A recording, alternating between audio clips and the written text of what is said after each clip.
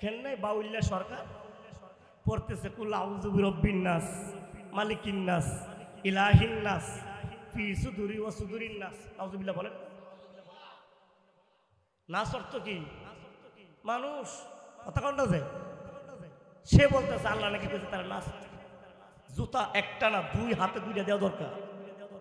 কথা কোনটা যে আপনারা বাউল শিল্পী গান গাবে এটা তাদের ব্যক্তিগত ব্যাপার। আমার এই বয়স আজও পর্যন্ত দেখছি না বাউল্লার রেফিডাইয়া ফানি ফালাই। এখন দেখছি এটা একটা কারণ তো আছে। এই কারণটা এই ফিডানিটা একবারে কম হয়ে গেছে। কথা কন যদি আপনি মুসলমানের সঠিক ঈমান নিয়ে এদেশে জন্ম হইয়া যদি আপনি থাকতে চান, আল্লাহর ভালোবাসা আল্লাযীনা আমানু আশাদ্দু হুব্বাল লিল্লাহ এই আয়াতের উপর যদি আপনি থাকতে চান, তাহলে এই বাউলিয়া সরকার জেলা কেন এখন মাটির নিচে থাকার দরকার। এই কথা কোন ঠিক কিনা? আমি ব্যক্তিগতভাবে বলি, এটা কোনো বাউলের গোষ্ঠীর বিরুদ্ধে না, তার একক বিরুদ্ধে একটা কথা। সে এত বছর পর্যন্ত গান গাইছে, উলামায়ে কেরাম প্রতিবাদ করছে, সে তার মতো গান গাইছে, হায়াত তার এখন বয়স তার কম হয়েছে না। কথা কোন ঠিক কিনা? এখন কেন প্রতিবাদ? এখন কেন বাইতুল মুকাররমের মসজিদের সামনে স্লোগান? এখন কেন সরকারের কাছে আমাদের এই মুহূর্তে আরজি যে তাকে ফাঁসির কাষ্ঠে ঝুলিয়ে সর্বোচ্চ শাস্তি দেওয়া দরকার? কথা কোন ঠিক কিনা? কারণটা কি? আমরা তো এতদিন বাউল্যার পেছনে লাগছিলাম না, শুনে না শুনে আমরা চুপ ছিলাম। যখন দেখলাম সব কুল কায়নাত বাদ দিয়ে এখন যিনি সৃষ্টি করেছে আকাশ বাতাস চন্দ্র সূর্য গ্রহ নক্ষত্র মাখলুকাত সহ আপনাকে আমাকে সহ উভয় জাহানকে সৃষ্টি করেছে, তাকে জেনে যখন কটূক্তি করে তখন মুসলমানের সন্তান করে বসে থাকতে পারে না। তখন এই এক বাউল্যারে আগে দুনিয়া থেকে বিদায় করতে হবে। কথা বলেন ঠিক কিনা? এখন যদি মনে করেন সুর লাগাইয়া যদি এখন কেউ বলে ধর্মান্ত, মেনে নেওয়া যায়? না, এটা মেনে নেওয়া যায় না। এটা মেনে নেওয়া যায় না। মুসলমান দাবি করলে দেশে তোমার থাকতে হলে কোরআনের সঠিক সংবিধান মেনেই চলতে হবে। এ মালিক, তোমার ডাক এত সুন্দর, দুনিয়ার কত নাম ধরে ডাক দে রে বান্দা। দুনিয়াকে তুমি মা বলে ডাক দিবা, দুনিয়াতে তুমি বাবা বলে ডাক দিবা। এ বান্দা তুমি দুনিয়াতে বড় ভাই বলে ডাক দাও, কত আপন। মারে ডাক দিলে মা বড় খুশি হই, বাবারে ডাক দিলে বাবাও খুশি হয়। এগুলা সব আল্লাহ দুনিয়ার জমিনে পাঠাইছে রে বাবা। তুমি মারে ডাক দিলে মা বড় খুশি হয়, তুমি বাবার ডাক দিলে বাবা বড় খুশি হয়। জি আল্লাহ জমিন বানাইছে, জি আল্লাহ আকাশ বানাইছে, জি আল্লাহ তোমারে দুনিয়ার জমিনে পাঠাইছে, জি আল্লাহ তোমার এত নাজ নিয়ামত দুনিয়ার জমিনে পাঠাইছে, জি আল্লাহ উভয় জাহানকে সৃষ্টি করেছে, জি আল্লাহ হযরত আদম থেকে আমাদের পয়গম্বর পর্যন্ত লক্ষ লক্ষ পয়গম্বর দুনিয়ার জমিনে পাঠাইছে। এ বান্দা ওই আল্লাহরে যদি একবার অন্তর বলে ডাক পারো, ওই আল্লাহর যদি একবার অন্তর থেকে ডাক দিতে পারো, ওই আল্লাহর ভালোবাসা নিয়ে যদি আল্লাহর সামনে যদি উপস্থিত হতে পারো, যেই জবান আল্লাহ দান করছে, যেই কণ্ঠ আল্লাহ দান করছে, এই জবান দিয়া এই কণ্ঠ দিয়া বান্দা তুমি যদি মধুর ডাক দাও, একবার আওয়াজ দেয়া ডাক দাও আল্লাহ,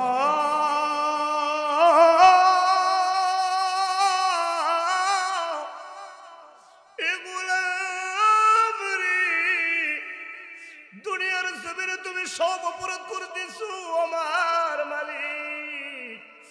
আমার মালিক সব শুনতেছে রে বাবা। তুমি দুনিয়ার জমিন থেকে আমার আল্লাহর ডাক দিবা, ডাকটাও কিন্তু আমার মালিক শুনবে। আল্লাহু আকবার। এ গোলাম তুমি জানো আমার আল্লাহ কোরআনের ভিতরে বলেন কুল হুয়াল্লাহু আহাদ আল্লাহুস সামাদ লাম ইয়ালিদ ওয়া লাম ইউলাদ ওয়া লাম ইয়াকুল লাহু কুফুয়ান আহাদ।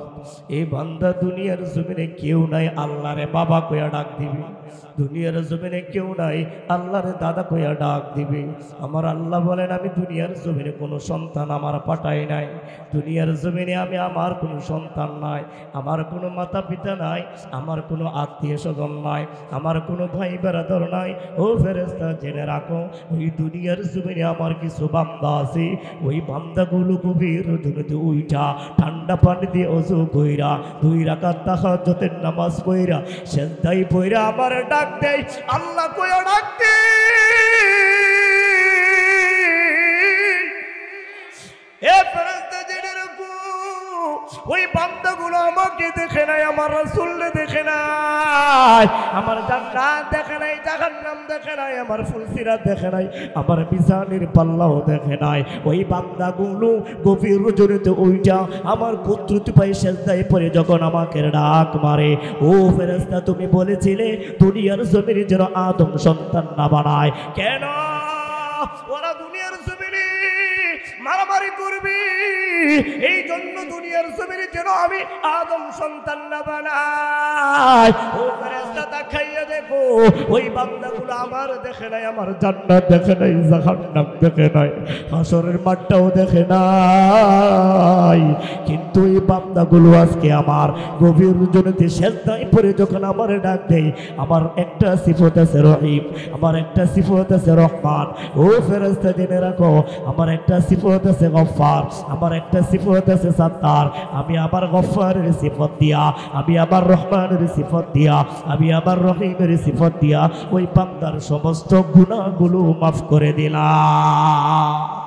ও মেরে রবে কে মেরে সবে কে মেরে पल्ले वाला है वो मेरे दिल में हिदायत का बती जलने वाला है। प्रशंसा सभी केवल तुम्हारी, प्रशंसा सभी केवल तुम्हारी रब्बुल आलमीन।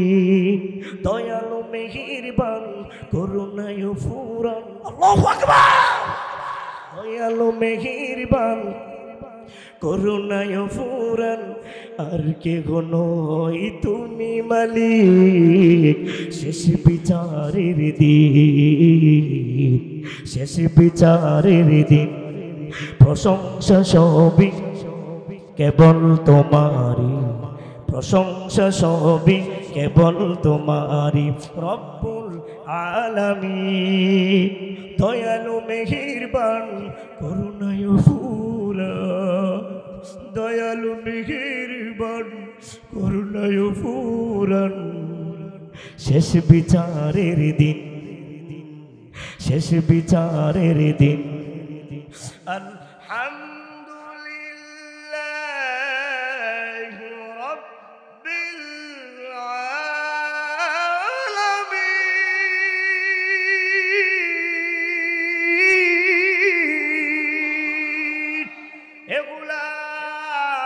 আমার আল্লাহ এত খুশি হই এই বান্দা তুমি গভীর রজনীতে যখন আল্লাহরে আল্লাহ বলে ডাক মারো। তোমার মা যদি এত খুশি হয় তোমার মা ডাক সই না, তোমার বাবা যদি এত পরিমাণ খুশি হয় তোমার বাবা ডাক সই না। আল্লাহ কি পরিমাণ খুশি হয় বান্দা তুমি জানো নি? ওই যে রহমানের সিফত দিয়ে বান্দা আল্লাহ তোমার গুনাহগুলো মাফ করে দিছে। এই বান্দা জানো আল্লাহর জন্য যখন মুহাব্বত বেড়ে যাবে, আল্লাহর প্রেমে যখন পড়ে যাবে, আল্লাহর গোলাম যখন হয়ে যাবে, দুনিয়ার ভালোবাসা তোমাকে আর আকর্ষণ করতে পারবে না, দুনিয়ার ভালোবাসা তোমাকে গ্রাস করতে পারবে না।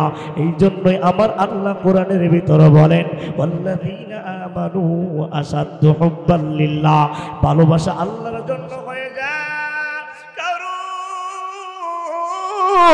আল্লাহ ছাড়া বন্ধু তোমার কেউ নাই। আমার পয়গম্বর ছাড়া বন্ধু তোমার কেউ নাই। এই দুনিয়ার জমিন থেকে যখন বিদায় হয়ে চলে যাইবা, অন্ধকার কবর যখন তোমাকে নামানো হবে, 3.5 টুকরা কাপড় দিয়ে যখন তোমাকে বেড়ানো হবে, তোমার আপন সন্তান তোমাকে পাড়াইয়া পাড়াইয়া মাটির ওজন দিবে। হে বান্দা, মনের মন মাটি দিয়া পাড়াইয়া পাড়াইয়া তোমারে বাসের ধারের নিচে রাইখা আসবে। সেই নিঃসন্দেহতা এমন একটা সঙ্গী থাকবে, একমাত্র আমার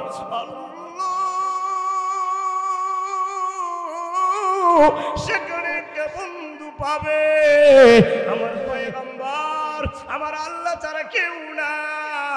সেই গহীন গর্তের ভিতরে, গহীন কবরের ভিতরে বাবা, ঠিক দুপুর বেলাও যদি তোমাকে 3.5 হাত মাটির নিচে ঢুকানো হয়, অন্ধকার যখন তোমাকে ঘিরে আসবে, অন্ধকার যখন তোমাকে ঘিরে ফেলবে, সেখানে কোনো বাতিও নাই, সেখানে কোনো ফুলের বিছানাও নাই, সেখানে ফুলের বিছানা দিবে মুমিন আমার আল্লাহ। দুনিয়ার জমিন থেকে তুমি ওই হায়াতের জীবন যখন তুমি সাজাইবা, ওই হায়াত দ্বারা যখন আমলের জিন্দেগি সাজাইবা, ওই হায়াতের জিন্দেগি যখন তোমার আমলে ভরপুর হয়ে যাবে, তখন তুমি আল্লাহর সামনে দাঁড়াইতে পারবা। এই বান্দা মঞ্জুর আলম ফয়জির কোনো কথা না, এটা আমার আল্লাহ কোরআনের ভিতরে বলেন, লিয়াবলুয়াকুম আইয়ুকুম আহসানু আমালা ওয়া হুয়াল আজিজুল গফুর।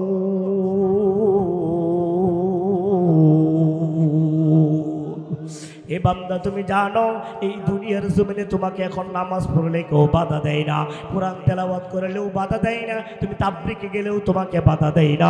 একবার আওয়াজ দিয়া বলেন ঠিক কিনা?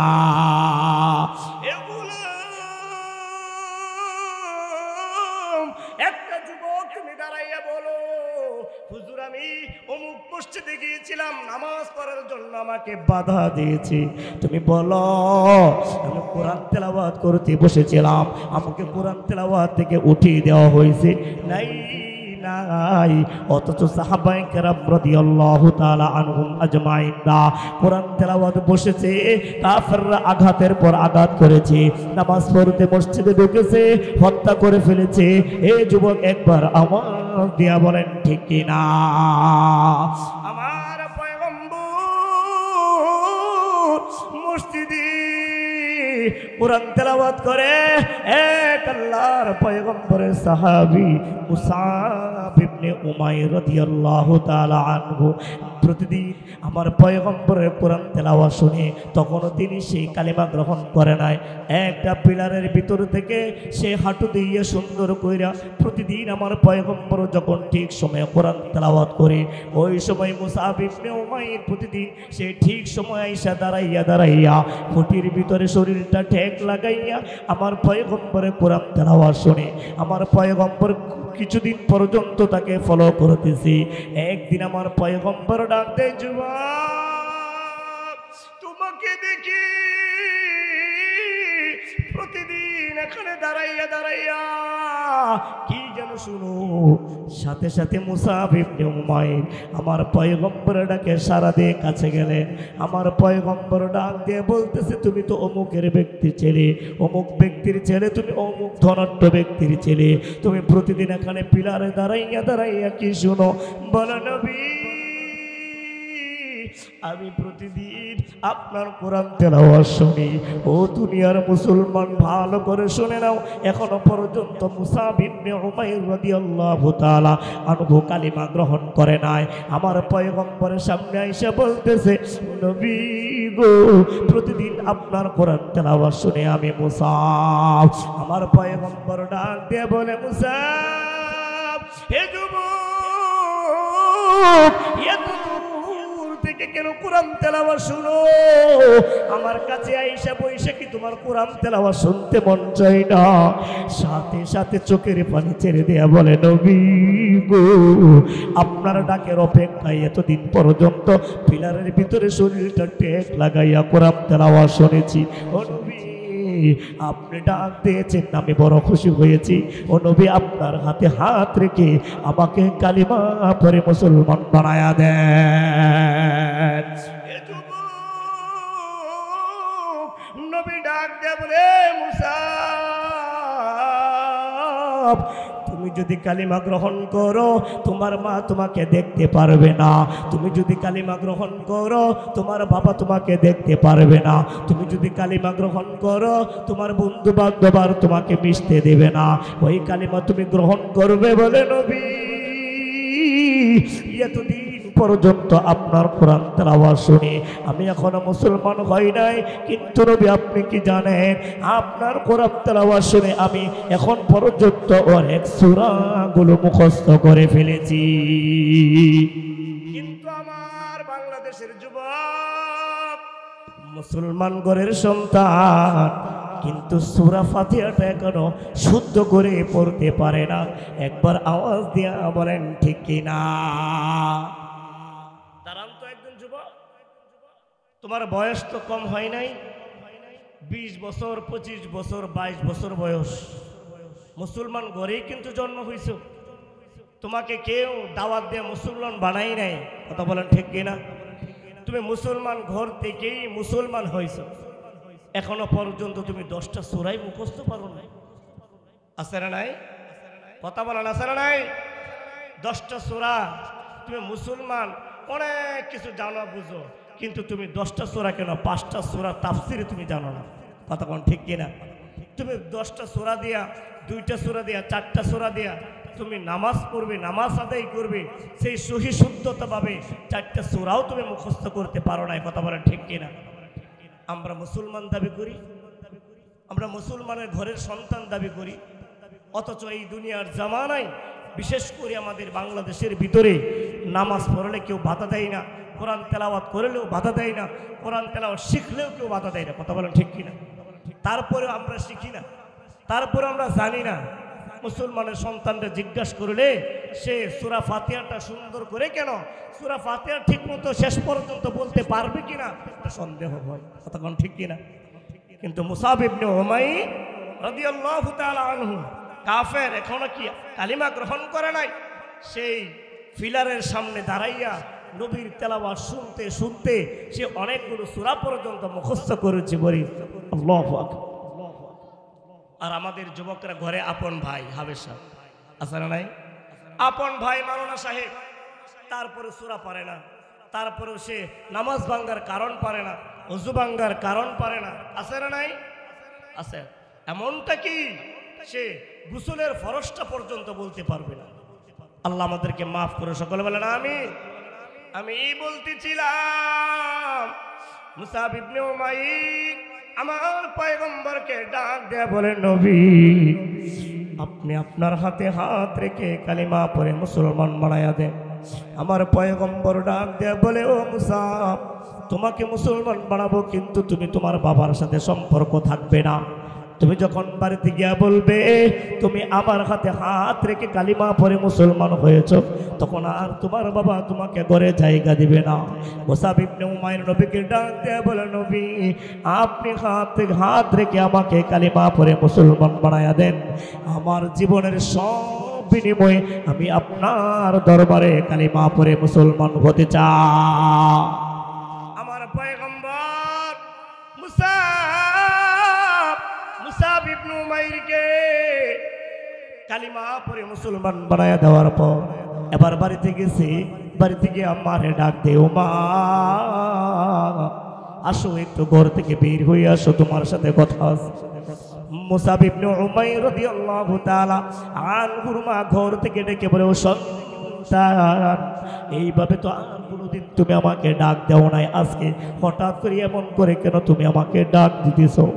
বলে মা তুমি আসো, ঘর থেকে আসো, তোমার সাথে আমার জরুরি কিছু কথা আছে। এবার মা জননী ঘর থেকে বের হয়ে আসার পর মুসাব ইবনে উমাইর রাদিয়াল্লাহু তাআলা আনহু তার সন্তান নতুন কালিমা পড়ে মুসলমান হয়ে আসছে, মা কিন্তু জানে না। এবার মুসাব ইবনে উমাইর মাকে ডাক দিয়ে বলে মা আমি তোমার সন্তান, কিন্তু তোমাকে আজকে একটা আমি নতুন করে কথা বলবো। ও মা, তুমি জানো যেই মূর্তির পূজা করো সেই মূর্তি কিন্তু তোমাকে সাহায্য করতে পারবে না। যেই মূর্তি পূজা করো সেই মূর্তি কিন্তু এই জমিনটা বানায় নাই। যেই মূর্তি পূজা করো সেই মূর্তি কিন্তু আকাশটা বানায় নাই। এ মুসা, তুমি এমন কেন কথা বলতেছো? কি হয়েছে তোমার? তুমি সুন্দর করে গুছিয়ে বলো। এবার মুসাব ইবনে উমাইর মাকে ডাক দিয়ে বলতেছে, মা তুমি আব্দুল্লাহর বেটা মুহাম্মাদের নাম শুনেছো কিনা? বলে হ্যাঁ শুনেছি।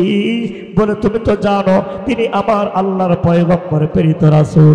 ওই মুহাম্মদ, ওই আব্দুল্লাহর বেটা মুহাম্মাদের হাতে হাত রেখে আমি কালিমা পড়ে মুসলমান হয়েছি।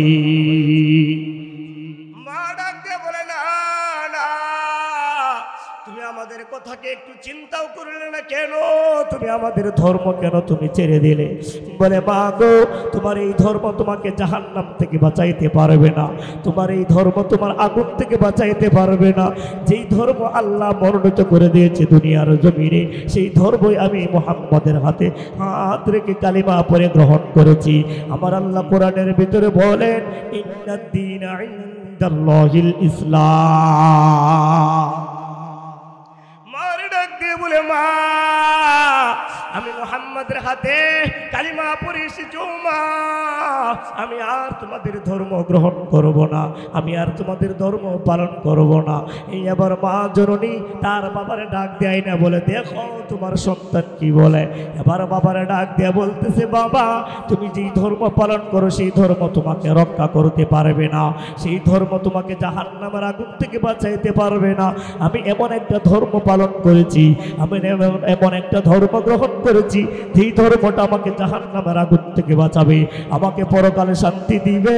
ও বাবা তুমি সেই ধর্মটা গ্রহণ করে নাও। বাবা ডাক দেয়া বলে, না না, তুমি মুহাম্মদের দরবারে যেতে পারবে না। তুমি মুহাম্মদের কালিমা ছেড়ে দাও, তুমি মুহাম্মদের ধর্ম পালন করতে পারবে না।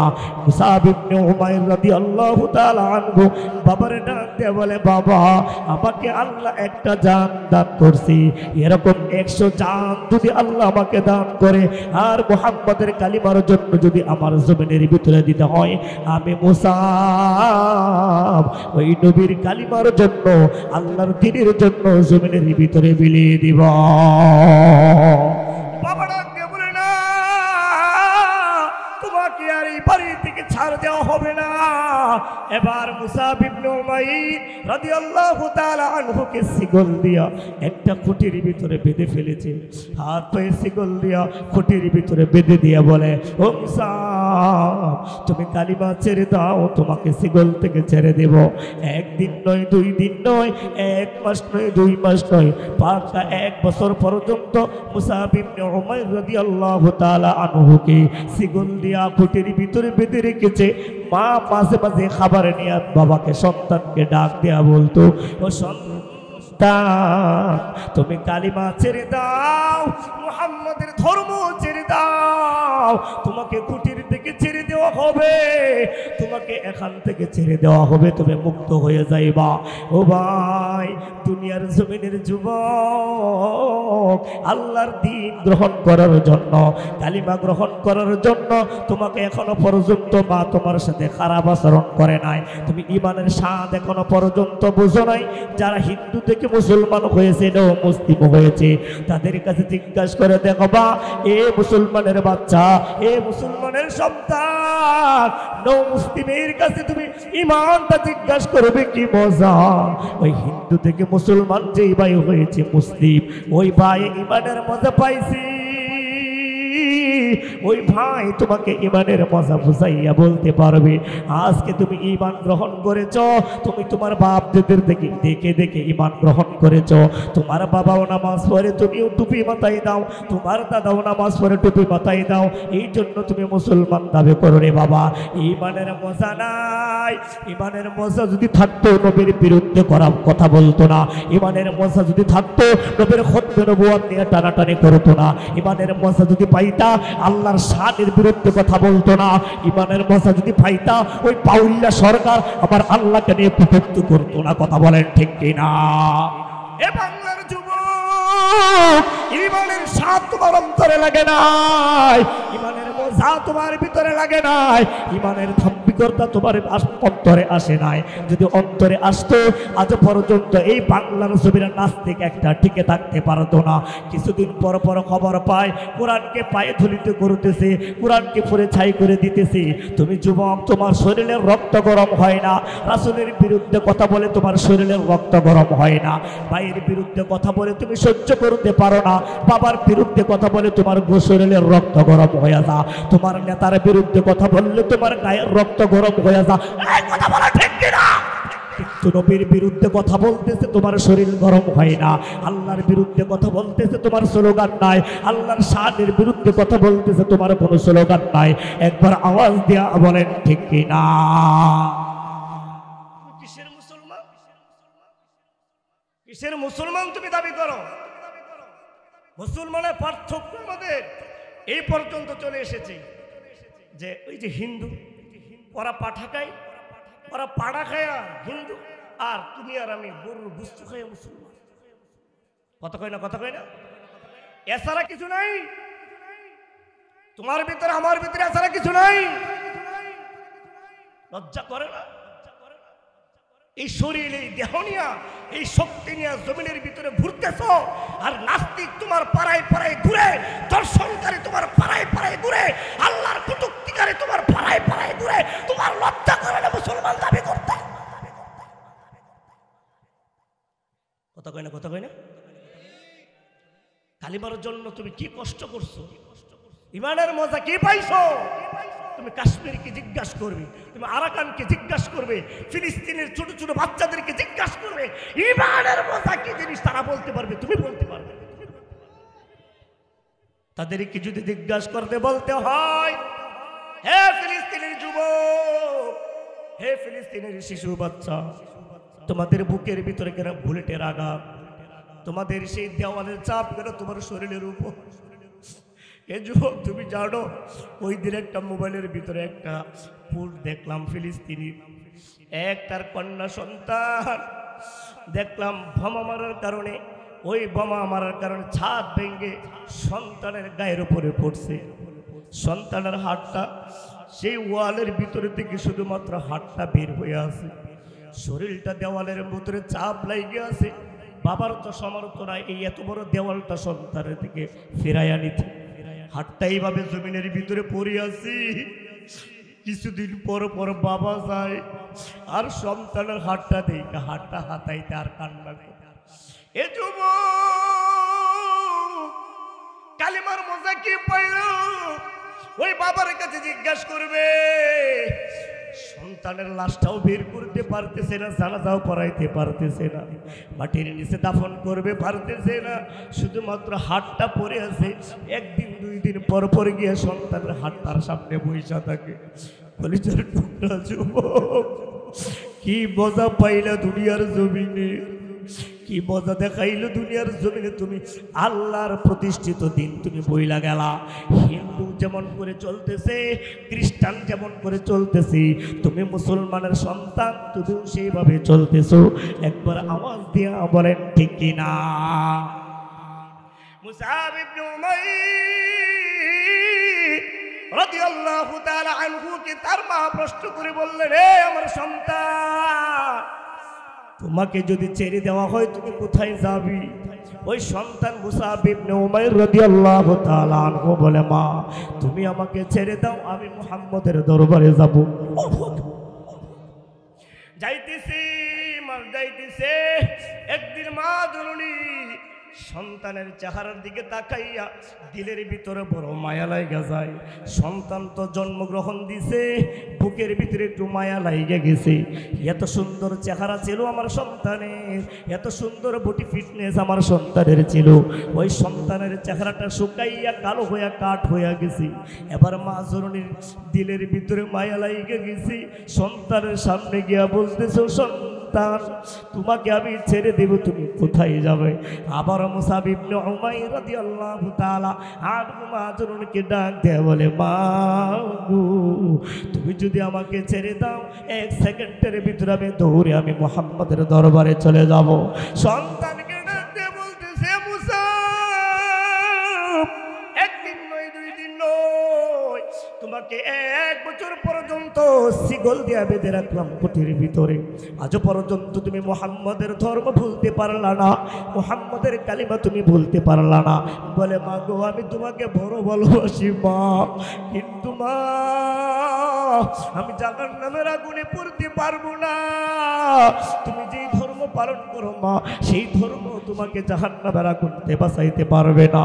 ও কলিজার টুকরা যুবক, মাসুরনি ব্যথায় ব্যতীত হইয়া মুসাব ইবনে উমাইর রাদিয়াল্লাহু তাআলা আনহুকে ছেড়ে দিলেন, শিকল থেকে ছেড়ে দিলেন। এবার মুসাব ইবনে উমাইর রাদিয়াল্লাহু তাআলা আনহু মাকে ডাক দিয়ে বলে, মা গো, হয়তো তোমার সাথে আর কোনোদিন দেখা হতেও পারে, নাও হতে পারে, কিন্তু আমি এখনই মুহাম্মদের দরবারে চলে যাব। শিকল থেকে ছেড়ে দেওয়ার পর সাথে সাথে আমার পয়গম্বরের সামনে হাজির। আমার পয়গম্বর সাহাবায়ে কেরামদেরকে নিয়ে বসে রইলেন। সেই মুহূর্তের ভিতরে মুসাব ইবনে উমাইর রাদিয়াল্লাহু তাআলা আনহু বসে আছে। আমার পয়গম্বর ডাক দিয়ে বলে, যুবক, তোমাকে তো আমি চিনতে পারলাম না, তুমি কি? মুসাব ইবনে উমাইর চোখের পানি ছেড়ে দিয়ে নবীকে ডাক দিয়ে বলে, নবী, আপনি কি আমাকে চিনতে পারলেন না? বলে, না, তো আমি চিনতে পারলাম না। বলে, নবী, ঠিক 1 বছর পূর্বে আমি আপনার কোরআন তেলাওয়াত শুনে শুনে মুসলমান হয়েছি নবী, আমি সেই মুসাব। এবার নবী অবাক হয়ে তাকাইয়ে বলে, মুসাব, তোমার তো সুন্দর চেহারা ছিল, তোমার দামি দামি পোশাক ছিল, এই পোশাকগুলো কোথায়? তোমার সুন্দর চেহারাটা কোথায় মুসাব? তোমার এই কেমন হালত? এবার মুসাব ইবনে উমাইর নবীকে ডাক দিয়ে বলে, নবী, আপনার হাতে হাত রেখে যখন কালিমা পড়ে মুসলমান হইলাম, আপনি বলেছিলেন আমি আজকে থেকে আমার মা আমাকে দেখতে পারবে না, আমার বাবা আমাকে দেখতে পারবে না, আমার বন্ধু বান্ধব আমার থেকে আলাদা হয়ে যাবে, আমার প্রতিবেশী সবাই আলাদা হয়ে যাবে। ও নবী, আপনার হাতে হাত রেখে কালিমা পড়ি। নবী, যখন আমি বাড়ির দিকে গেলাম, আমি আমার মায়ের কাছে যখন শেয়ার করলাম, আমার বাবার কাছে যখন সব খুলে বললাম, বাবার সাথে সাথে আমাকে শিকল দেয়া খুঁটির ভিতরে বেঁধে রেখেছে। নবী, 1 দিন নয়, 2 দিন নয়, 1 বছর পর্যন্ত আমার মা বাবা আমাকে খুঁটির ভিতরে বেঁধে রেখেছে। ও নবী, আমাকে প্রায় সময় বলা হইতো আমাকে কালিমা ছেড়ে দিতে, আপনার দরবারে ছেড়ে দিতে, তাহলে আমাকে শিকল থেকে ছেড়ে দিবে। কিন্তু নবী না, আমি 1 বছর পর্যন্ত আমি এগুলো কোনো কথা গ্রহণ করে নাই। আজকে আমার মা অধৈর্য হইয়া আমার মা আমাকে শিকল থেকে ছেড়ে দিছে। ও নবী, আল্লাহর কসম নবী গো, 1 বছর পর্যন্ত শুধু আপনার চেহারা মুবারক দেখার জন্য ওই খুঁটির ভিতরে অপেক্ষমান ছিলাম। আল্লাহর কসম নবী, আমি কোনোদিন কষ্ট পাই নাই। আমার মনের মধ্যে তামান্না ছিল, আমার মনের মধ্যে বড় আশা ছিল, যেদিন আমার মা আমার বাবা আমাকে শিকল থেকে ছেড়ে দিবে, আমি সাথে সাথে আপনার দরবারে চলে আসবো। ও নবী, আপনার চেহারা মুবারক দেখবো। আল্লাহর কসম নবী, আমার মা আমাকে যখন ছেড়ে দিছে, আমি বাড়ি থেকে বিদায় হইয়া যখন আপনার সামনে আইসা বসছি, আমাকে 1 বছর পর্যন্ত যে যন্ত্রণা কষ্ট আমাকে আমার মা বাবা দিয়েছে, আপনার চেহারা দেখে নবী আমি 1 বছরের কষ্ট সেকেন্ডের ভিতরে ভুলে গেছি।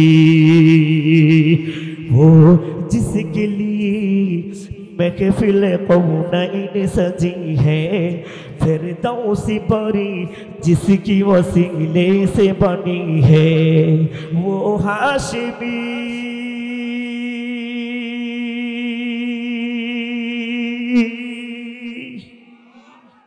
वो हाशिमी की मदनी उल अरबी है, वो मेरा नबी मेरा नबी मेरा नबी है, वो मेरा नबी मेरा नबी मेरा नबी है। अहमद के मुहम्मद के ओगी खत्म रसूल है, मखदूम मुरब्बी है वही वली कुल है उस पर की नजर सारी ज़माने की लगी है ओ मेरा नबी मेरा नबी मेरा नबी है ओ मेरा नबी मेरा नबी मेरा नबी है रहमत आलम नबी दू जहान সাহাবারা আতর লাগাই ওই নবীজির ঘাম মোবারক সাহাবারা আতর লাগাই নূর নবীজির ঘাম মোবারক সাহাবারা আতর লাগাই মোর নবীজির ঘাম মোবারক তোমরা আরো শুনবানি সুন্দর কাহিনী নবীর আরো শুনবানি সুন্দর কাহিনী জান্নাতের খুঁটির ভিতর মুহাম্মদের নাম আল্লাহু আকবার জান্নাতের ওই খুঁটির ভিতর মুহাম্মদের নাম রহমতে আলম নবী দু জাহান সাহাবারা আতর লাগাই মোর নবীজির ঘাম আল্লাহু আকবার কিন্তু নবীর আদর্শ তোমার ভিতরে নাই ওই যে তোমাকে কিছুক্ষণ আগে বললাম খ্রিস্টান যেইভাবে চলে ইহুদি বেদিনরা যেইভাবে চলতেছে আজকে যুবক তুমি সেইভাবে চলতেছো অথচ মুসাব ইবনে উমাইর রাদিয়াল্লাহু তাআলা আনহু তোমার মতো একটা যুবক ওই যুবকের একদিন নয় দুই দিন নয় 1 বছর পর্যন্ত কোটের ভিতরে কালিমার জন্য বেঁধে রেখেছে রে বাবা আজকে তুমি মুসলমান করে জন্ম হইয়া তোমার মাথার চুলের কাটিনটা দেখলে দেখা যায় বেদিনের বাচ্চা তোমার মাথার চুলের কাটিনটা দেখলে দেখা যায় কাফেরদের বাচ্চা একবার আওয়াজ দিয়া বলেন ঠিক কি না আল্লাহ না করুক হে যুবক তুমি যদি মোটরসাইকেল অ্যাক্সিডেন্ট করে রাস্তায় মারা যাও তোমার মাথার চুলের কাটিন দেখে মনে করবে তুমি হিন্দুর বাচ্চা কথা কয় না তোমার মাথার চুলের কাটিন দেখে মনে করবে তুমি বেঈমানের বাচ্চা তোমার প্যান্ট শার্ট দেখে মনে করবে তুমি মুসলমানের বাচ্চা না তোমার কানের ভিতরে আছে না নাই তোমার হাতের ভিতরে ব্রেসলেট আছে না নাই তোমার হাতের ভিতরে সাদা তোমার হাতের ভিতরে লাল সুতা দিয়ে বাঁধা আছে না নাই এ বান্দা তুমি মুসলমানের ঘরে জন্ম অ্যাক্সিডেন্ট হইয়া তুমি মারা গেছো বোঝা যায় না তুমি মুসলমানের সন্তান কিনা এবারে তোমার লুঙ্গিটা খুলবে এবারে তোমার প্যান্টটা খুইলা দেখবে তুমি মুসলমানের সন্তান কিনা এ কলিজার টুকরা যুবক কেন কেন কেন কেন তোমাকে কেন লেংটা করাইয়া দেখতে হবে তুমি মুসলমানের সন্তান তোমাকে কেন লুঙ্গি কইলা দেখতে হবে তুমি মুসলমানের সন্তান তোমার আদর্শ বলে দিবে তোমার মুসলমানের সন্তান তোমার পোশাক বলে দিবে তুমি মুসলমানের সন্তান তোমার নবীর সুন্নাত বলে দিবে তুমি মুসলমানের সন্তান একবার আওয়াজ দিয়া বলেন ঠিক কিনা এই যুবক আমার পয়গম্বরের জন্য তুমি কি মনে করছো শুধুমাত্র বড় বড় সাহাবায়ে কেরামরাই মনে হয় জীবন দিয়া দিছে ছোট্ট ছোট্ট সাহাবায়ে কেরামরাও আমার পয়গম্বরের জন্য যুদ্ধের ময়দানে জীবন দিয়া দিছি আমার পয়গম্বরে এই কালিমা তুমি এখন পর্যন্ত দাওয়াত পাইলা এটা সাধারণ দাওয়াত না রে ভাই বাংলাদেশের ভিতরে স্লোগান দিয়ে চলতেছো এক সাগরের রক্তের বিনিময়ে আমরা বাংলাদেশ অর্জন করেছি আল্লাহর কসম একটা বাংলাদেশকে যদি অর্জন করতে এক সাগরের রক্তের বিনিময়ে প্রয়োজন হয় তাহলে ইসলামটা স্বাধীন হয়েছে একটা সাগর নয় দুইটা সাগর নয় এরকম হাজার হাজার সাহাবায়ে কেরামদের লক্ষ লক্ষ সাহাবায়ে কেরামদের এই কলিজার টুকরা যুবক এই পৃথিবীর এখন পর্যন্ত হাজার হাজার মুমিনের রক্তের বিনিময়ে ইসলাম স্বাধীন হয়েছে কথা বলা ঠিক কিনা তুমি কি মনে করেছো স্লোগান দিতেছো এক সাগরের রক্তের বিনিময়ে আমরা দেশ স্বাধীন করেছি আর ইসলামটা তুমি এই ঘরে বসে তুমি আনন্দতে নামাজ পড়তে পেরেছো আর ইসলামের দাওয়াত তোমার এই পর্যন্ত আসতে তুমি মনে করছো যে খুব সহজেই দাওয়াত দিয়েছে কথা বলেন ঠিক কিনা খুব সহজেই দাওয়াত পেয়েছি আমরা না যারা হাজী সাহেব গেছেন আল্লাহ পাক আমাকেও নিয়ে গেছে আমার আরেক ভাই আপনাদের এলাকার মুজাহিদ ভাই আপনাদের শরীয়তপুরে সেও গিয়েছে সেই রমজানে দেখে আসছি তায়েফের ময়দানে কালিমার দাওয়াত নিয়ে নবীজি গিয়েছিলেন মনে হয় ফুলের মালা দিছিল, কথা কয় না? আপনার ইতিহাস জানেন না? ফুলের মালা দিছিলে? ফুলের মালা দেন নাই। আমার পয়গম্বরকে পাথরের আঘাত দিয়ে রক্ত রঞ্জিত করেছে। এ যুবক, আমার পয়গম্বরের শরীরে একটা মাছি বসা হারাম ছিল, সেই শরীরের ভিতরে পাথরের আঘাত করেছে। নবীজির গা থেকে রক্ত পড়তেছে, আর সেই রক্ত আমার পয়গম্বর নিজে হাত মুবারকদের শরীরে মুছতেছে, সেই তাইফের ময়দানে বসে। তুমি কি মনে করছো তাইফের পাহাড়টা মনে হয় খুব সমতল ভূমি? অনেক উপরে মক্কা থেকে। সেখানে গিয়েছেন কালিমার দাওয়াত নিয়ে, কালিমা গ্রহণ করবে। তারা উল্টো আমার পয়গম্বরকে পাগল বলে বলে সেই তাইফের বাচ্চাদেরকে লিলিয়ে দিয়েছে, পাগল বলে যেন পাথর মারে। আমার পয়গম্বর সরদরে দু আলম পাথরের আঘাতকে রক্ত মুছতেছে। আল্লাহ রাব্বুল আলামিন ফেরেশতা পাঠাইলেন, নবীকে জিজ্ঞাসা করলেন, নবী আপনি যদি একবার অর্ডার করেন এই তায়েফের দুইটা পাহাড়কে এমন ভাবে চাপ দিব গোটা তায়েফবাসী ধ্বংস হয়ে যাবে। আমার নবী মনে হয় অর্ডার দিয়েছিলেন? না না, আমার পয়গম্বর অর্ডার দিই নাই। সেই ফেরেশতারে ডাক দেয়া বলে, ফেরেশতারে ওরা হয়তো এখন বুঝে নাই, কালিমা গ্রহণ করে নাই, তারা এই বংশের ভিতরে কালিমা গ্রহণ করে নাই, তারা বুঝে নাই, আমাকে চিনে নাই। ও ফেরেশতা কেন কেন তাদেরকে মারবে, কেন তাদেরকে চাপ দেবে? তারা তো কোনো এক সময় যখন বুঝবে আমার কালিমা তারা গ্রহণ করবে। আর আমার আপনার নেতা হইলে খবর আছে, কথা কয় না? আপনাদের শরীয়তপুর পালং থানার সামনে নেতার গায়ে একটা হাত দিলে নেতা একটা টেলিফোন করে বলবে আমার কি কেউ নাই, কথা কয় না? আমার কি কেউ নাই? দেখবেন হাজার হাজার লাঠি বেরিয়ে গেছে, মাফ নাই। আমার পয়গম্বরকে পাথরের আঘাত দিয়েছে এই দাওয়াতের জন্য, এই কালিমার জন্য। কেন? পাথর আঘাত না কেউ তো দুনিয়ার জমিনে কালিমার ধর্ম প্রচার করতে পারতেন, কথা কোন ঠিক কিনা? কিন্তু না, আমার আল্লাহ কোরআনের ভিতরে বলে ওয়ামা আরসালনাকা ইল্লা রাহমাতাল লিল আলামিন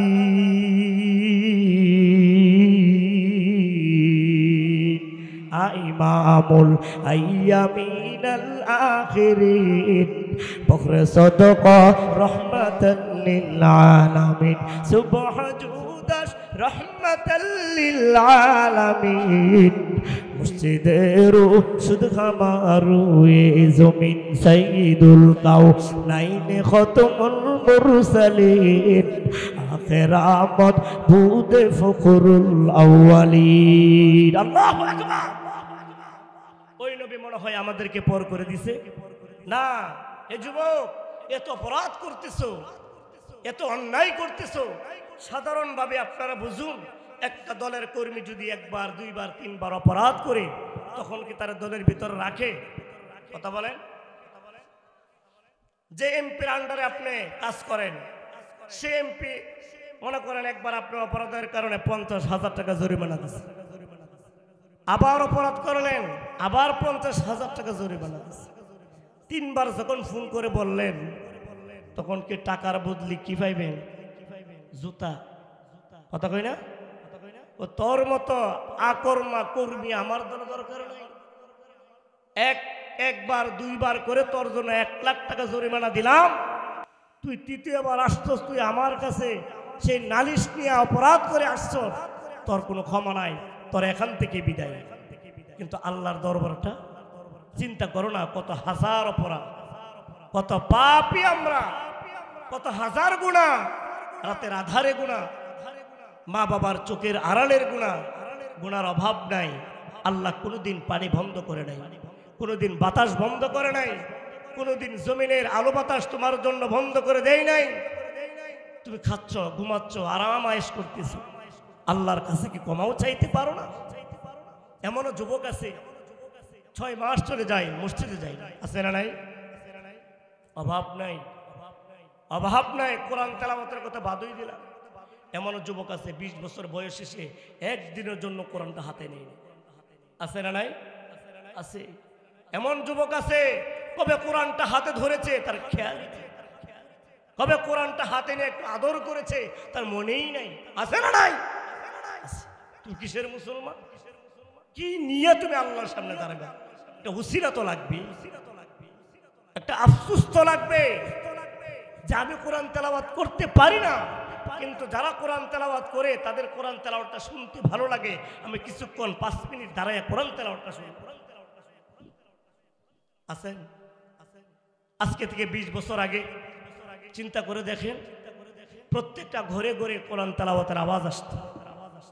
এলাকার ভিতরে যখন মক্তবে যাইতাম আমরা, তখন গুনগুন করে বড় বড় চশমা দিয়ে আমার দাদা দাদি কোরআন তেলাওয়াত।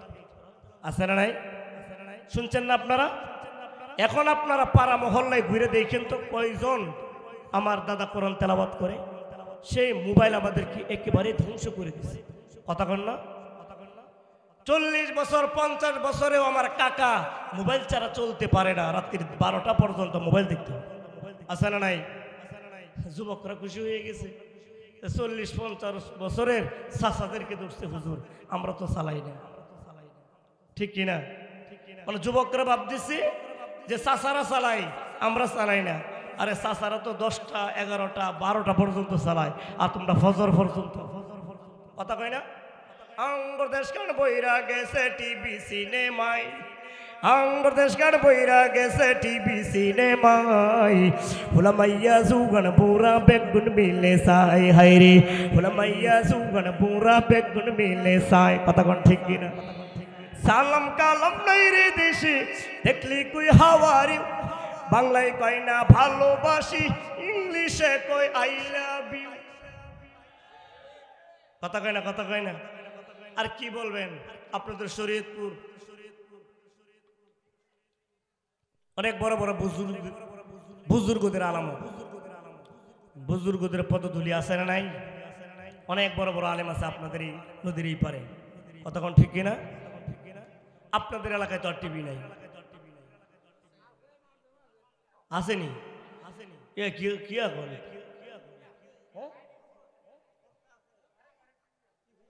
টিভি আছে?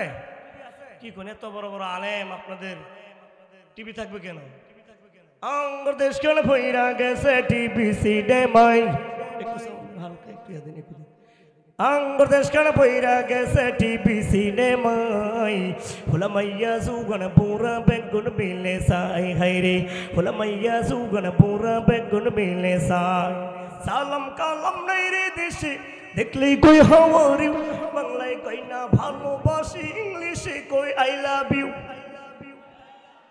লিপস্টিকের ভয়ে বাপরে আমার আফারা বোনেরা, লিপস্টিকের ভয়ে বাপরে ড্যাডি কই ভুলাই। কথা কোন ঠিক কিনা? শহরের মডেল,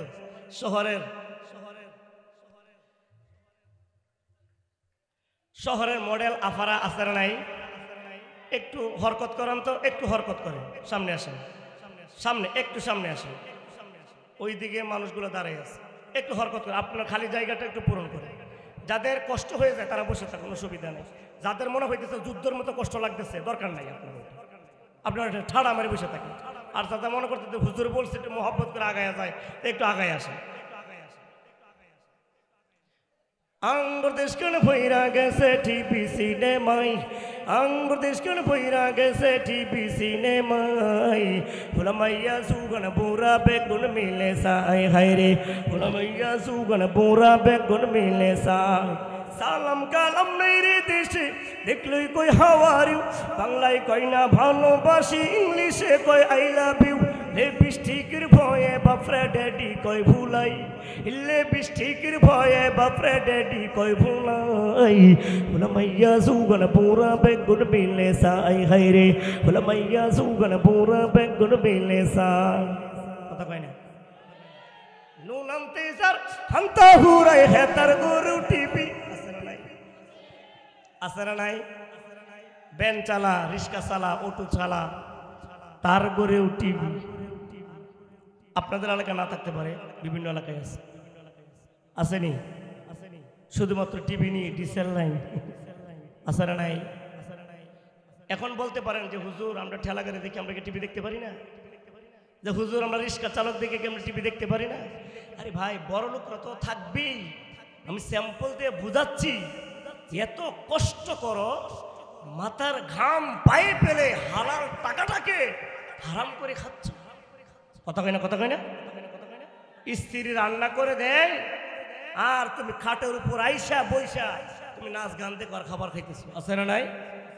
আরে ওদের টাকা তো সন্দেহ আছে, 7 তলা 8 তলা 10 তলা 20 তলা বাড়ি করছে, ওদের টাকা সন্দেহ আছে।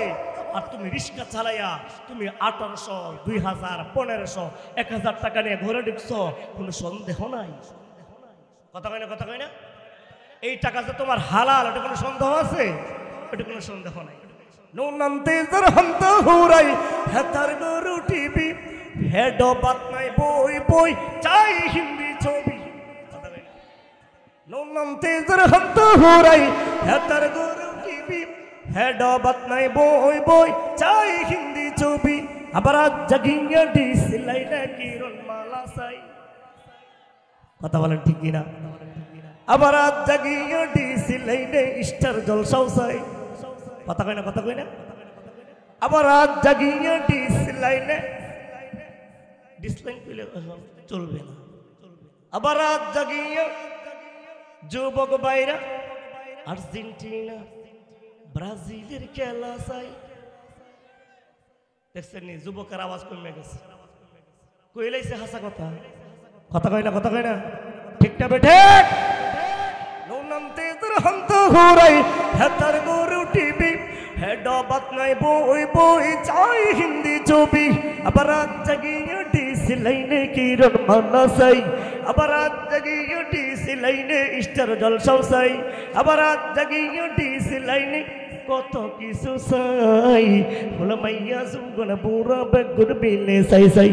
হরে ফুলা মাইয়া সুগন পুরা বেগুন বিলে চাই। সাসারে কিছু কইতাম নি? সাসারে সাসারা হুজুর দরকার নাই, অন্যদিকে ঘুরে যান, আমাদেরকে কিছু কই না, সারুন না কমু। কথা কোন ঠিক কিনা? চুলদারি হাই বেগুন হই গিয়ে সাদা। বুঝিনি? চুলদারি ফাঁকে সাদা হয়ে গেছে না? সাদা হয়ে গেছে না? হারারে কইতেছে চুলদারি হাই বেগুন হই গিয়ে সাদা। জাতি ফুটি বড় ফুরাইছে হেতারে কই দাদা। কতক্ষণ ঠিক কিনা? ওই দিন দেখি ওই সাসাটা সারগন টিভি চাই। কথা কই না? ওই দিন দেখি ওই বুইরাটা সারগন টিভি চাই। বুঝেন নাই? সাসার সব এলাকায় না, কিছু কিছু এলাকায় গিয়ে দেখি আজান হয়। সাসার বয়স প্রায় 70। এক পা যুবকরা মাঝে মাঝে বলে, মজা করলে বা একটু ঝগড়া লেগে গেলে বৃদ্ধ লোকদের সাথে, তখন বলে এক পা কবরে চলে গেছে, এখনো গিরিঙ্গি বা সারো নাই। কথা কই না? কথা কতক্ষণ ঠিক কিনা? সেই চাচার এক পা কবরে চলে গেছে, আসরের আজান হয়, টিভির দিকে এমনি চাই। কথা কই না? কথা কই না? আপনাদের এলাকায় না, বিভিন্ন এলাকায় কবরের চিন্তা বাদ দিয়ে দিছে। কবরের চিন্তা বাদ দিয়ে দিছে। কি আর লাভ, কি আর হইব কবরের চিন্তা কইরা?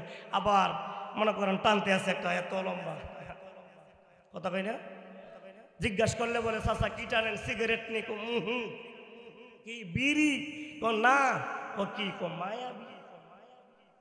কথা বুঝেন নাই? এটা মায়াবী, মায়াবীর মতো টানবে। আবার দোয়াও জানে আল্লাহুম্মা বারিক লানা ফিমা, বিড়িটা না মজা করে ইস্তামরে নিয়ে। আসলে নাই দেখেন নাই বাউল্লা সরকার পড়তেছে কুল আউযু বিরাব্বিন নাস মালিকিন নাস ইলাহিন নাস ফি সুদুরি ওয়া সুদুরিন নাস। নাউযুবিল্লাহ বলেন। নাস অর্থ কি? মানুষ। কথা কোনটা যে সে বলতেছে আল্লাহ নাকি কইছে তার নাস। জুতা একটা না, 2 হাতে 2টা দেওয়া দরকার। কথা কোন না যে আপনারা বাউল শিল্পী গান গাবে, এটা তাদের ব্যক্তিগত ব্যাপার। আমার এই বয়স আজও পর্যন্ত দেখছি না বাউল্লার রেফিডাইয়া ফানি ফালাই। এখন দেখছি, এটা একটা কারণ তো আছে। এই কারণটা এই ফিটানিটা একবারে কম হয়ে গেছে।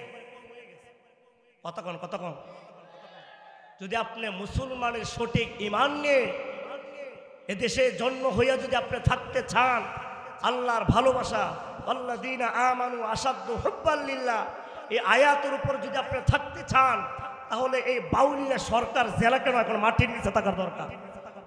এই কথা ঠিক কিনা? আমি ব্যক্তিগতভাবে বলি, এটা কোনো বাউলের গোষ্ঠীর বিরুদ্ধে না, তার একক বিরুদ্ধে একটা কথা। সে এত বছর পর্যন্ত গান গাইছে, উলামায়ে কেরাম প্রতিবাদ করছে, সে তার মতো গান গাইছে, হায়াত তার এখন বয়স তার কম হয়েছে না। কতক্ষণ ঠিক কিনা? এখন কেন প্রতিবাদ? এখন কেন বাইতুল মুকাররমের মসজিদের সামনে স্লোগান? এখন কেন সরকারের কাছে আমাদের এই মুহূর্তে আরজি যে তাকে ফাঁসির কাষ্ঠে ঝুলিয়ে সর্বোচ্চ শাস্তি দেওয়া দরকার? কতক্ষণ ঠিক কিনা? কারণটা কি? আমরা তো এতদিন বাউল্যার পেছনে লাগছিলাম না, শুনে না শুনে আমরা চুপ ছিলাম।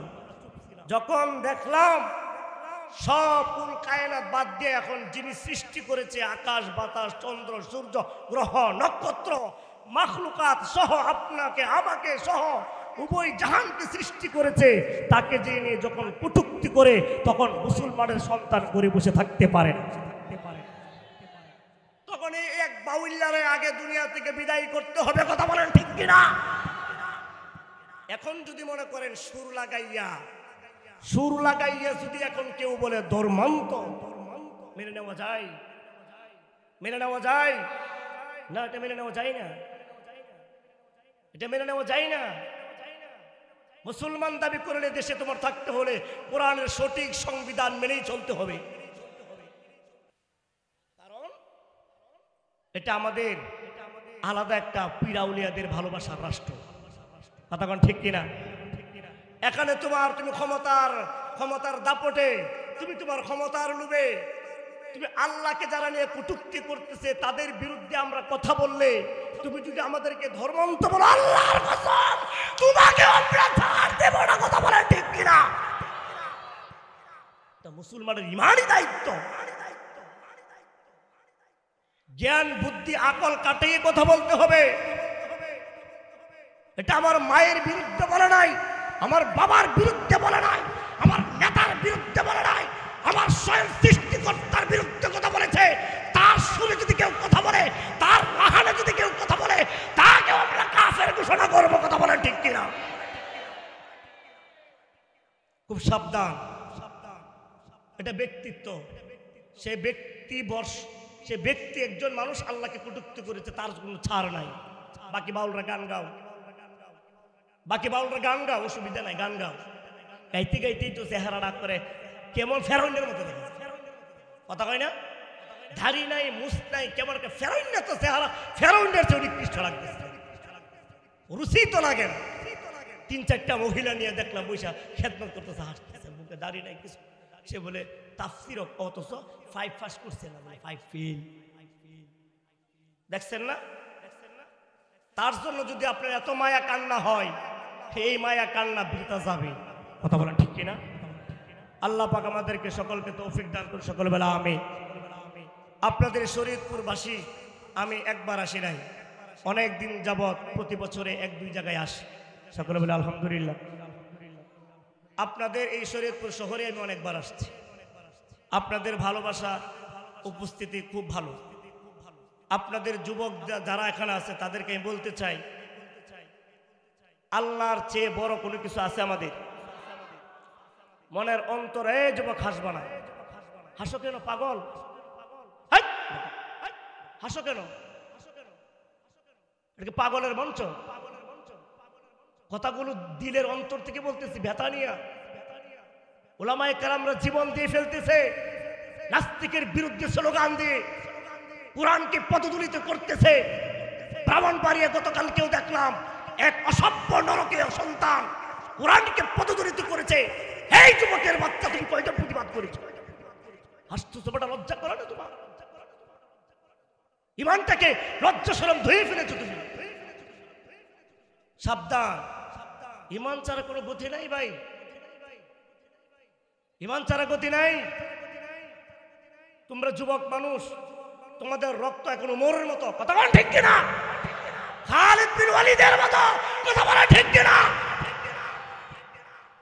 তোমাদের রক্ত থাকবে ইসলামের জন্য সর্বপ্রথম।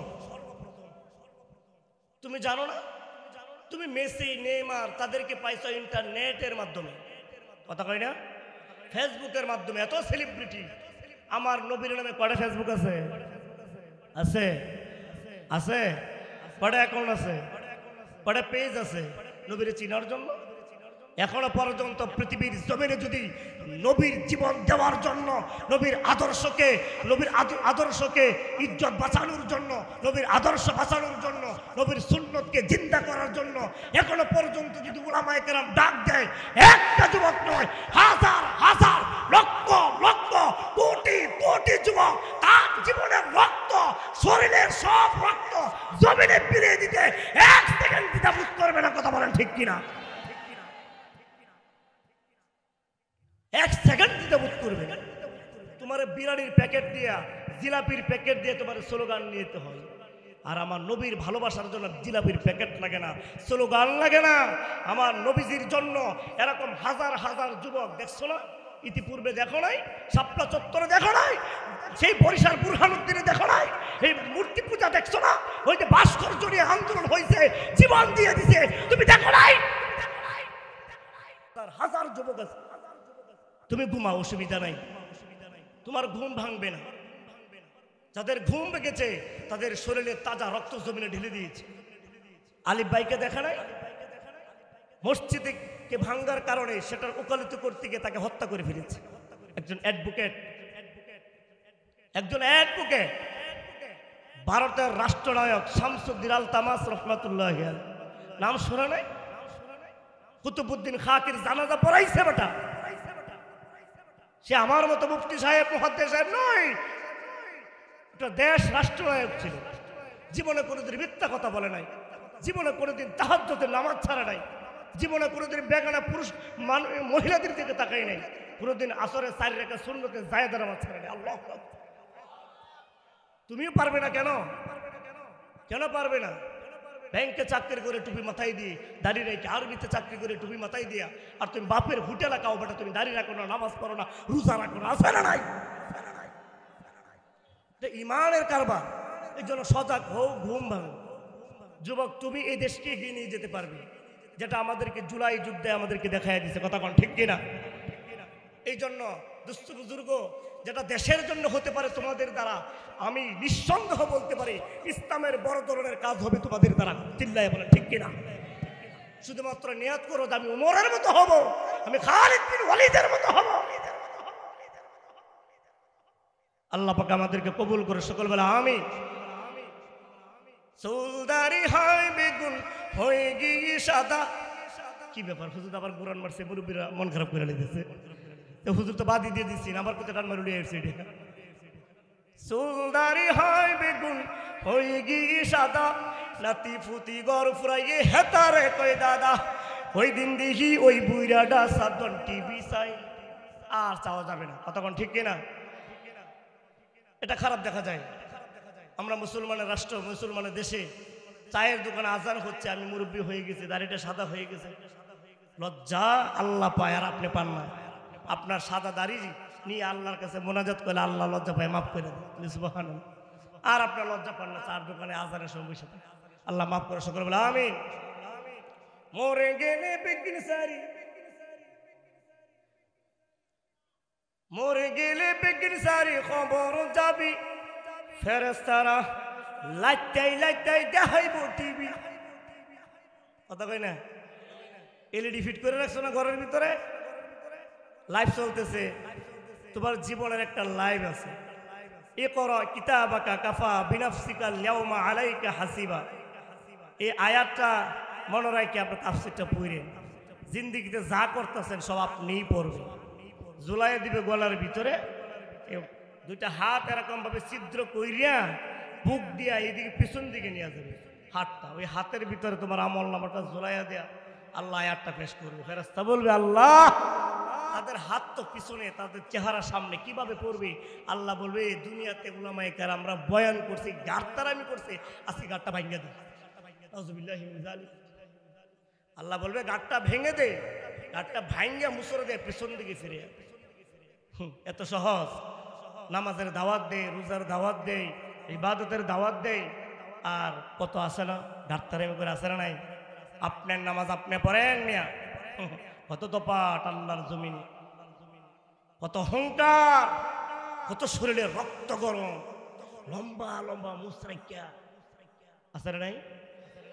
লম্বা লম্বা মুসরাইকা, এত বড় বড় চশমা পরিয়া, এত মোটা মোটা সিগারেট মুখো দেয়া, জানবে আপনার নামাজ আপনি পড়েন। চিরদিন থাকবে? চিরদিন থাকবে না। এই জন্য দুস্থ বুজুর্গ, এই যে লাইভ তোমাকে দেখাবে আল্লাহ, এটা তুমি দেখবে, তোমার পরিবার দেখবে, তোমার আত্মীয় স্বজন দেখবে তুমি কি করেছো দুনিয়ার জন্য। যেন খুব সাবধান, গুনাহ ছেড়ে দিতে হবে। রাতের গহীন আধারে লাইট বন্ধ করে দেওয়ালের ভিতরে গুনাহ করবে, পিপিলিকা দেখবে না, কেউ দেখবে না। দেখবে কে? দেখবে কে? সন্দেহ আছে? লা তাখুযুহু সিনাতুন ওয়ালা ওয়ালা নাউম।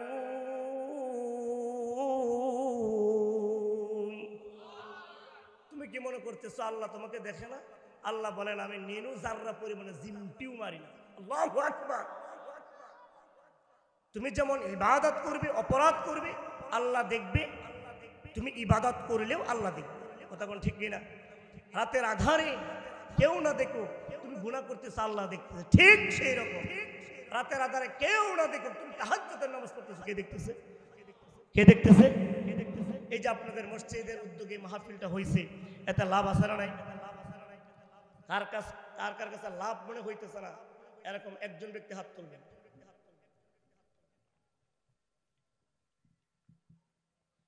কার কাছে লাভ মনে হইতেছে না? এরকম একজন ব্যক্তি হাত। ঠিক, ওনার যুক্তি ঠিক, কিন্তু মাহফিল করে লাভ নাই, এই কথার উপর তো আমি সমর্থ করতে পারি। কথা বলেন না? এটার উপর আপনি সমর্থ করেন? নামাজ পড়ে নাই, আমল করে নাই, এটা তার ব্যাপার, এটা আমি যুক্তি মেনে নিলাম। মাহফিল করে যারা বলে লাভ নাই, তাদের কথার উপর আমি কমপক্ষে একমত হতে পারলাম না। এই কথাটা বুঝিয়ে দিয়ে শেষ করে দিই। মনে করেন আপনারা এখানে বসে আছেন, গতকালকে কি এখানে মাহফিল ছিল? কথা বলেন ছিল? এখন কটা বাজে? 11টা। বলেন তো, এই যে কালকে এখানে কারা বসে আছিলেন এই টাইমে? আসলেন? একজন লোক দাঁড়ান যে হুজুর কালকে আমি মাহফিলের লাগে এনে বসে আছিলাম, আসলেন? কেউ না। সবাই কোথায় ছিলেন? জার্জির ঘাটে, জার্জির ঘরে, চায়ের দোকানে, বন্ধুদের আড্ডা, যে যে কেউ নাটক দেখছে, কেউ সিনেমা দেখছে, কেউ গেমস খেলছে। কতক্ষণ ঠিক কিনা?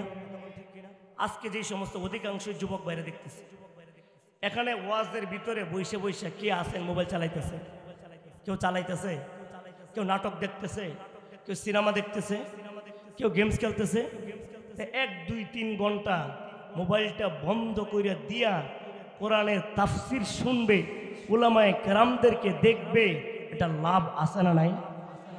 তা লাভ আছে না নাই? আমি গ্যারেন্টি দিব না ফজরের নামাজ পড়বে কিনা, এটা বয়ান শেষ হওয়ার আরো 5, 6, 7 ঘন্টার পর ব্যাপার।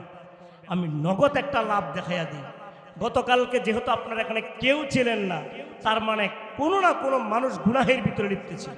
কথা কোন ঠিক কিনা? কিন্তু আল্লাহর কসম, এমন একটা মজলিসে আজকে বসে আছেন যেখানে সাকিনা নাজিল হচ্ছে, পৃথিবীর সর্বশ্রেষ্ঠ আদালতের, পৃথিবীর সর্বশ্রেষ্ঠ বৈঠক, পৃথিবীর সর্বশ্রেষ্ঠ মজলিস, কোরআনের মজলিস। কথা বলেন ঠিক কিনা?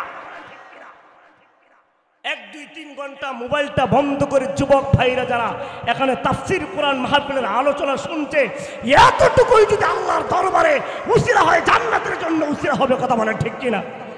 এটা নগদ লাভ। এক গুনাহ ছাইরা দিয়া কি একটা সময় আপনি যুবকের সাথে কথাই বলতে পারবেন না, তার এমন মেজাজ এখন। কথা কোন ঠিক কিনা?